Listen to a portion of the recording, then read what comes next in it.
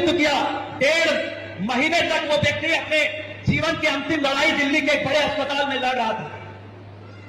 क्या मानविकता के आधार पर एक दिन आप 1 घंटे के लिए उसके पास जाकर उसका हालचाल नहीं ले सकते थे?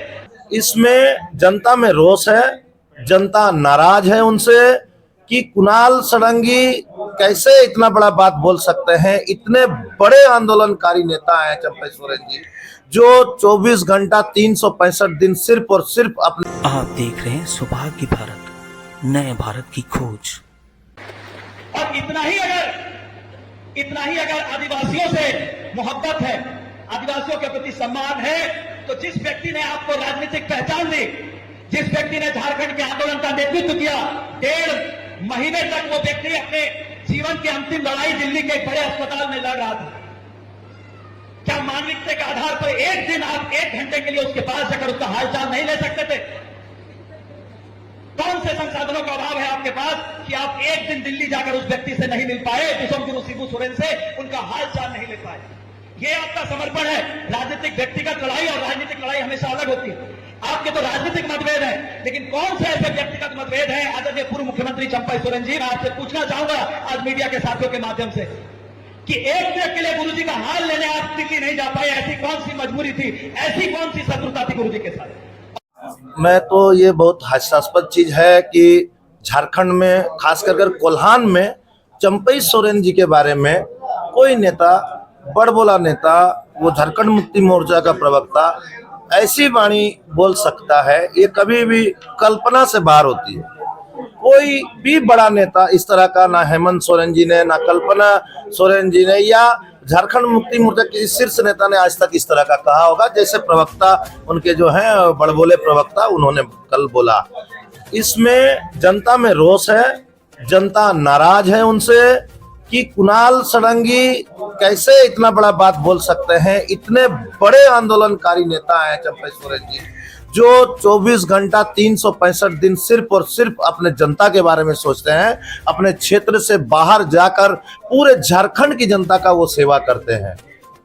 आदिवासियों के बारे में कल बखान कर रहे थे। आदिवासियों के बारे में अगर कुणाल षडंगी बखान करने लगे तो फिर आदिवासी नेता तो यहाँ से गायब हो जाएंगे। जिस तरह डेमोग्राफी बदल रहा है, डेमोग्राफी बदलने का एक जो षड्यंत्र झारखंड मुक्ति मोर्चा कर रही है, उसका आधार है ये कुणाल षडंगी जैसे प्रवक्ता।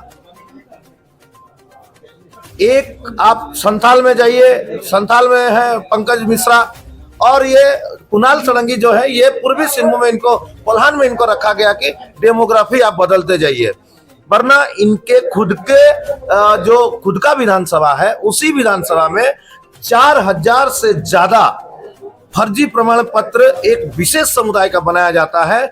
उसके उनके घर वालों को खोजना छोड़ के वो चंपई सोरेन जी के बारे में बता रहे हैं कि ये ऐसा है, वैसा है, ऐसा आदिवासी नेता है। क्या आदिवासियों का, कल एक बहुत बड़ी बात कुणाल षडंगी जी ने बताई है कि शिबू सोरेन जी जो उनके साथ रहते थे, जो उनका मार्गदर्शक थे, जो उनके गुरु जी थे, मान के चलिए कि उनके साथ रहने के बावजूद जब वो हॉस्पिटल में थे 1 महीना, तो वहां गए नहीं।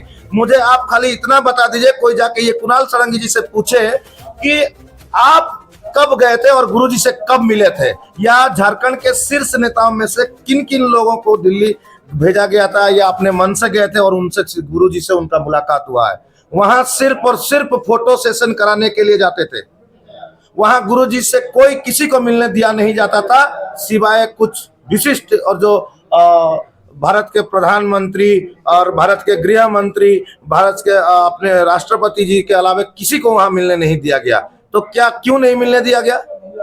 कोई था इसी मुद्दे पर कल कुणाल षडंगी जी ने बोला कि नहीं जा सकते थे। क्या करेंगे, जाके हेमंत सोरेन जी से मिल के आते वहां पे। वहां गुरु जी से किसी को मिलना मना था, इसीलिए नहीं गए। तो इतनी छोटी सी बात कुणाल षडंगी जी को समझ में नहीं आती है और वो अनर्गल बयानबाजी करके मंच से बोलते हैं कि नहीं गए, नहीं गए, नहीं गए। आप गए थे क्या? आप मिले थे? आपके पास फोटो वीडियो होगा, आप साझा कीजिए, जनता को बताइए। तो ये गलत तरीका है।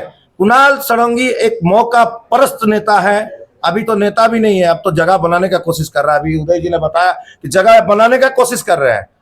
अब उनके पास कुछ रह नहीं गया, चिटमुट काम है, थोड़ा इंप्रेस करो, पार्टी के आकाओं को थोड़ा सा इंप्रेस करो, अनर्गल बयानबाजी करो किसी के बारे में। तो ये भूल गए कि कल उन्होंने सिर्फ और सिर्फ चंपई सोरेन ही नहीं, पूरे झारखंड की जनता को ये बात दिखा दी, ये बात मतलब अपनी बात बता दी कि मैं चाटुकारिताओं का आका हूं और मुझे अच्छी तरह से चाटुकारिता आती है। उनकी बातों में ना कोई सच्चाई है, ना वो जो बता रहे हैं कि आधार कार्ड की बात कल बताई थी, क्या आधार, कल्पना जी का आधार कार्ड था क्या कांडे में, उनका रेसिडेंशियल था क्या? आधार कार्ड और रेसिडेंशियल की बात करते थे। कौन सा रेसिडेंशियल, कौन सा आधार कार्ड लेके कल्पना जी कांडे में चुनाव लड़ने गए थे? तो अगर इस तरह का डिबेट ओपन करना चाहते हैं कुणाल जी को, हम लोग चैलेंज करते हैं, उसी मंच पे जहां कल बोले हैं उसी मंच से हम लोग डिबेट करेंगे और उनके चरित्र के बारे में और बाबूलाल सोरेन जी के चरित्र के बारे में हम लोग वहीं पे डिबेट करेंगे। ओपन चैलेंज है, बताए समय जगह स्थान, हम लोग आते हैं और उनसे डिबेट करते हैं। मोर्चा के बड़बोलेपन प्रवक्ता ने पूर्व मुख्यमंत्री चंपई सोरेन जी के खिलाफ जिस तरह घटिया अनर्गल बातें बोले हैं, उनका घटिया मानसिकता और घटिया सोच ये दर्शाती है। झारखंड के 2 शीर्ष आंदोलनकारी नेताओं को सर्टिफिकेट देने वाले ये कौन होते हैं और क्या उनका जन्म हुआ था? जिस तरह वो झारखंड के लिए आंदोलन कर रहे थे और झारखंड आंदोलन के लिए सुदूरवर्ती गांव में संघर्ष कर रहे थे, इसमें उनका जन्म भी नहीं हुआ था, वैसे व्यक्ति के बारे में बोलना उनका घटिया मानसिकता दर्शाती है। आपको ये जानकारी होनी चाहिए कि चंपई सोरेन जी आंदोलन की उपज हैं और हर मंच पर मुख्यमंत्री हेमंत सोरेन और उनकी पत्नी कल्पना सोरेन भी उनका पैर छू के प्रणाम करती थी। उसके बाद उनका अपमान करना क्या उनके इशारे पर हो रहा था या क्या उनको मालूम नहीं था कि किस तरह उनको अपमानित किया जा रहा है?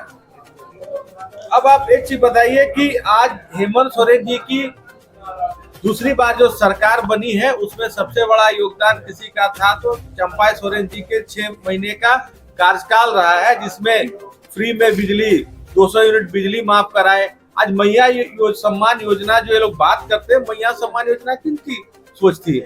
मैया सम्मान योजना आदरणीय चंपई सोरेन जी की सरकार की सोच थी। आप एक चीज बताइए, बिजली बिल माफ करना, हर प्रखंड में डिग्री कॉलेज, किसानों का ऋण माफ करना, ये सारा योजना चंपई सोरेन जी के सरकार के समय बनी थी और जिसके कारण उनकी सरकार दोबारा आई। जो व्यक्ति 365 दिन 24 घंटा जनता के हित में, जनता के साथ, जनता के लिए खड़ा रहता है, आज 40 साल के उनके पूरे कार्यकाल में चंपई सोरेन जी के ऊपर एक भी कहीं भी दाग नहीं है। वैसे बेदाग व्यक्ति के बारे में बोलने से पहले उस बड़बोलेपन प्रवक्ता को 10 बार सोचना चाहिए। आज एक चीज बताइए, जो व्यक्ति हर चुनाव के समय अपना फायदे के लिए जो पार्टी कपड़ा जैसा पार्टी बदलता है, वैसे व्यक्ति चंपई सोरेन जी के बारे में बोलते हैं तो उनसे ये समझ से परे है कि किस बात पर जिसका अपना कोई नैतिकता नहीं है, जिसकी अपनी कोई मर्यादा नहीं है, वैसे व्यक्ति चंपई सोरेन जी के विषय में बोलते हैं।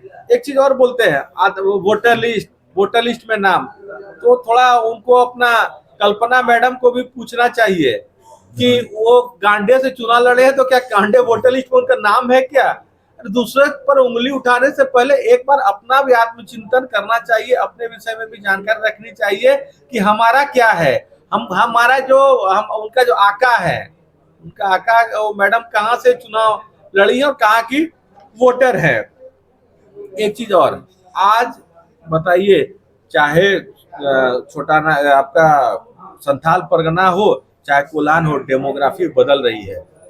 आज एक समुदाय विशेष के द्वारा आदिवासी महिलाओं से शादी कर जमीन खरीदा जा रहा है। यहाँ की डेमोग्राफी बदल रही है। कोई व्यक्ति आवाज उठाता है तो चंपई सोरेन जी आवाज उठाते हैं। और अगर जल जंगल जमीन की बात करके सरकार में आई है और जब आदिवासियों का जमीन रिम्स 2 के नाम पर जबरदस्ती घेर लिया जाता है और जब उसका आवाज उठाने के लिए चंपई सोरेन जी आह्वान करते हैं तो उनको हाउस अरेस्ट कर लिया जाता है और जो कार्यकर्ता उनके साथ जाते हैं उनको रास्ते में रोक लिया जाता है। तब भी नगड़ी की जनता को रोक नहीं पाए। 5 से 10 हजार जनता वहां पर घुसी, कई को लाठीचार्ज किया गया, कईयों को जेल भेज दिया गया। और ये आदिवासियों के जमीन हड़पने वाली सरकार ये कहती है कि हम आदिवासी हितैषी हैं। सूर्या हासदा का इनकाउंटर कर दिया गया। इनकाउंटर किया गया, उनको पकड़ के मार दिया गया। एक आदिवासी एक जो जनता के 450 बच्चों को जो पढ़ा दूसरे व्यक्तियों को मारा गया, तो हत्या किया गया। वो बड़ बोले पर प्रवक्ता इस बार उस पर भी तो आवाज उठानी चाहिए, उस पर भी तो बात करनी चाहिए। और बहुत ज्यादा नहीं कहेंगे, वैसे व्यक्ति जिसका कोई अपना नैतिक नहीं है और जो सिर्फ आज के दिन में बेचारा बेरोजगार है, सरकार चल रही है, वो किसी प्रकार से बोल के अपने आका को खुश करके एक जगह पाना चाहते हैं, राज्यसभा भेज दे, कुछ भी जगह तो दे दे, बोर्ड निगम कहीं भी हो, कहीं भी तो बेचारा मिल नहीं रहा। अपने आका को खुश करने के लिए इस तरह अनर्गल बयानबाजी दे रहे हैं। उस व्यक्ति के बारे में बहुत ज्यादा नहीं करना है, बस यही कहेंगे कि चंपाई सोरेन जी जो आंदोलन के उपज है, हमेशा आंदोलन जनता के साथ खड़े रहते हैं, जनता के बीच में रहते हैं, जनता का हर सुख दुख में रहते हैं। वैसे व्यक्ति को बोलने से पहले समझना चाहिए, अपना आत्मचिंतन करना चाहिए, क्योंकि जनता है, जनता सब देख रही है। अगर इस तरह का बयानबाजी करेंगे ना तो जनता उनको घर में जाके जवाब देगी। यही भारतीय जनता पार्टी के सभी कार्यकर्ताओं में आक्रोश है कि इस तरह का बयान नहीं देना चाहिए उनको, और अगले बार जब बयान देंगे तो फिर जनता उनके घर में घुस के बात करेगी उनसे। बहुत बहुत धन्यवाद।